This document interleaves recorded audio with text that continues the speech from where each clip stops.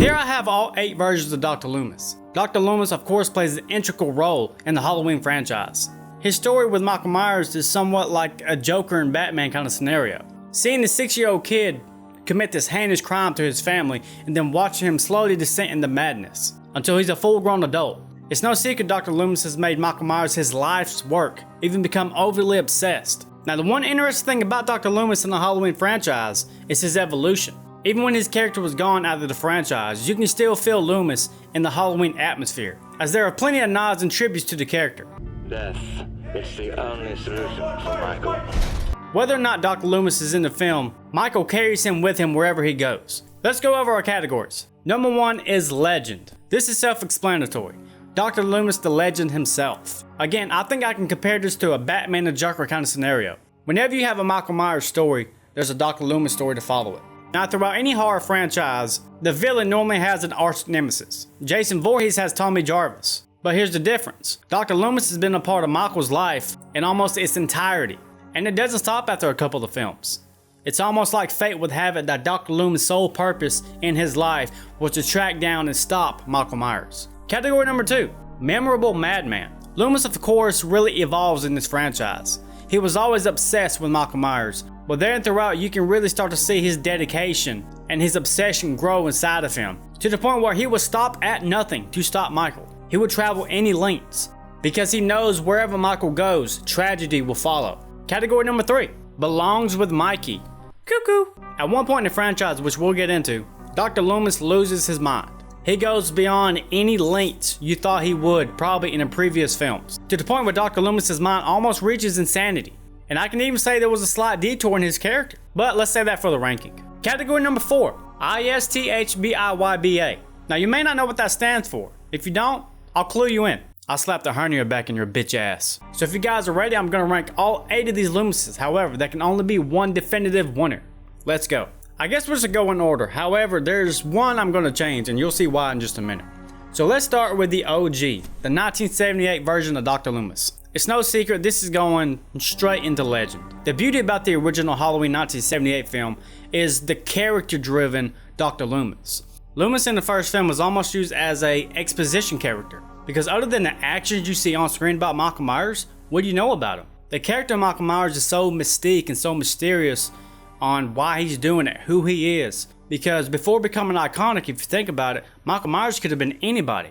He could have been a random person on the street. He could have been an escaped mental patient, which he was. So the only grounding factor you had in this was Dr. Loomis. He has one of the most iconic monologues in horror history. The blackest eyes, the devil's eyes. The introduction of this character in this film was so great that even now, over 40 years later, he is still a staple in the Halloween franchise. And again, it doesn't really matter where you go, what story you tell about Michael. There will always be some sort of essence of Dr. Loomis to follow. Dr. Loomis, 1981, Halloween 2. This is also going in legend status. Taking place in the same night, you can really see that Donald Pleasence was able to remain in the character even 3 years later after leaving the role. And Halloween 2 Loomis is almost amplified Loomis, right? Halloween 2 dips their toes in the fact that Michael Myers may be supernatural. I shot him 6 times! And showcasing Michael's superhuman strength. He even gets shot up again in the hospital and he gets right back up. The character of Michael Myers has really evolved. But the good thing about that is that the character of Dr. Loomis also evolves in parallel with that film. Because in Loomis's mind, he doesn't know why Michael wants to kill everybody. He doesn't know that he's after his sister in this film. But once Loomis learns that motive, you can clearly see that he would go to any lengths to stop Michael and to protect Laurie. Hence the ending of the Halloween 2 film, right? Where he sacrifices himself after being stabbed by Michael and blows himself up. It took Loomis's dedication on a whole nother level. Halloween Kills flashback scenes. When I first watched the Halloween Kills movie, this was the most surprising element of the film to me, and still one of my favorites. I think what they did in the Halloween Kills flashback scenes was some of the greatest cinematic work of the entire Halloween franchise. They got the Michael right, they got the Loomis right, and even though Loomis plays just almost a cameo, and you get just a short time with him, I really appreciate the fact that they try to replicate Donald Pleasence's version of Dr. Loomis.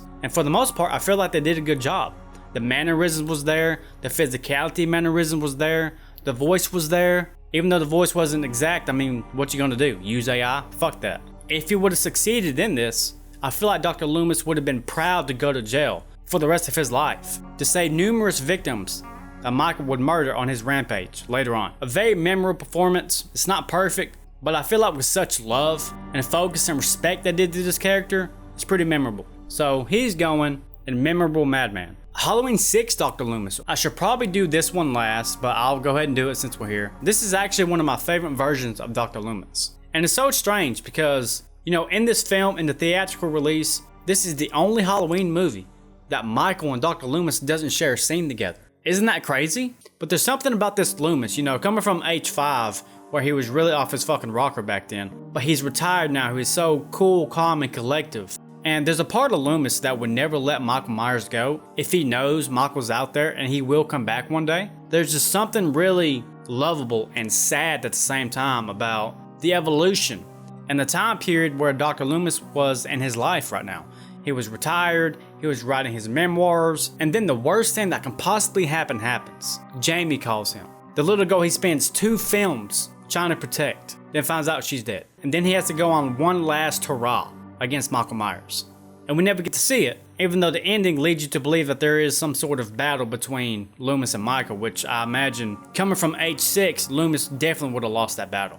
But seeing this old, frail Loomis, so tired and so weary, but there is something seriously special about this Dr. Loomis to me. So I'm gonna have to go Memorable Madman. However, I'm gonna put him behind him because you ain't fucking with Donald Pleasance. West Side. Halloween 5 Dr. Loomis. Let's get this straight. Belongs with Mikey. Cuckoo. Kinda lost his marbles. If you do like Halloween 5, I do appreciate your opinion. There's nothing wrong with everybody's opinion. We can sit here in the comments and debate on what we like and what we don't like. That's what makes these videos fun for me to do. But the one thing about Dr. Loomis in this is Dr. Loomis really went off his fucking rocker. There's a huge demeanor switch between H4 and H5 Loomis.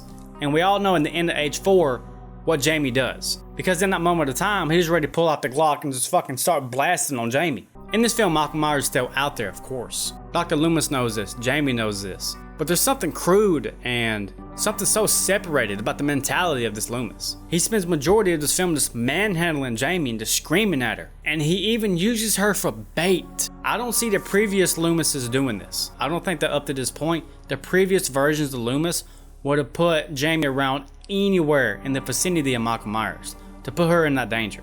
I just don't see that happening. He was so infatuated with the fact that ending Michael Myers. The greatest scene with this version of Dr. Loomis to me is the end of H5, where he sets that trap and he's just beating the brakes off of Michael Myers with that 2x4 to the point where he has a fucking heart attack.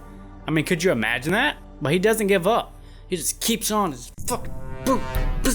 He was ready to die with Michael Myers. Now this Loomis is gangsta. However, I don't think he's in his right mind. So yes, he belongs in Cuckoo. Okay guys, we're down to the last 3. We are down to both iterations of Rob Zombie's version of Dr. Loomis and H4. However, I'm gonna do this. I'm gonna do this one first because I don't want to end this video on bad terms. So let's talk about the elephant in the fucking room. There is only one place this version of Dr. Loomis can go.